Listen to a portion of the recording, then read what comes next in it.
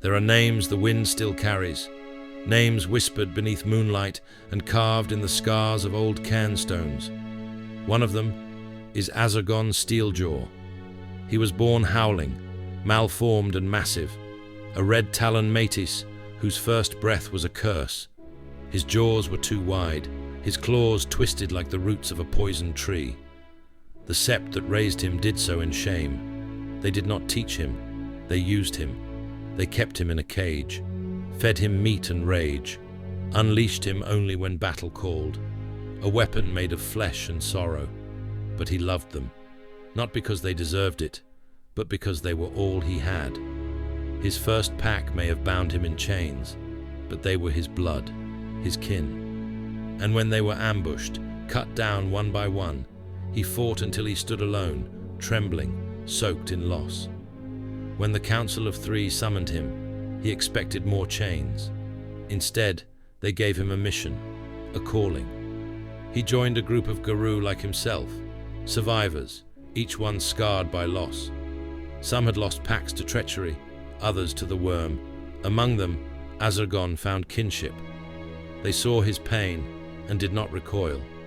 He stood among equals, not as a beast, but as a brother. Together, they sought not glory or treasure, but something deeper, a purpose, a path, a totem worthy of their broken spirits. Their journey took them into the deep umbra, to a realm where memory clung to the world like frost, where shadows echoed with the names of the dead. There, to reach the totem, they first had to face the ghosts of those they failed. Not foes, not monsters, but friends, packmates, the fallen. The umbra twisted into familiar faces. Eyes that had once trusted them now stared in judgment. Claws that once fought beside them now bled from old wounds. Each Garou was forced to reckon with the truth of their past, and only by accepting their guilt, not denying it, could they pass. When Azagon stood before the spirit of his former alpha, he said nothing. He was attacked, beaten, and only then did he speak. Not to beg, not to repent, but to share in grief. His alpha approached, rage-filled and silent, and Azagon whispered the only words that mattered. I wasn't strong enough, and I never stopped grieving. The wind stilled, the spirits faded, the path opened. In the heart of that place stood the bound spirit, Ivory Wound, the last howl of glory, a totem once tied to the honor of fallen tribes, long trapped in a realm of memory and pain. The white howlers had sung to it, and here it slept, forgotten and alone. To awaken it, the Garou were told they must each leave something of themselves behind. Some surrendered fetishes, others offered sacred memories, all meaningful, all worthy.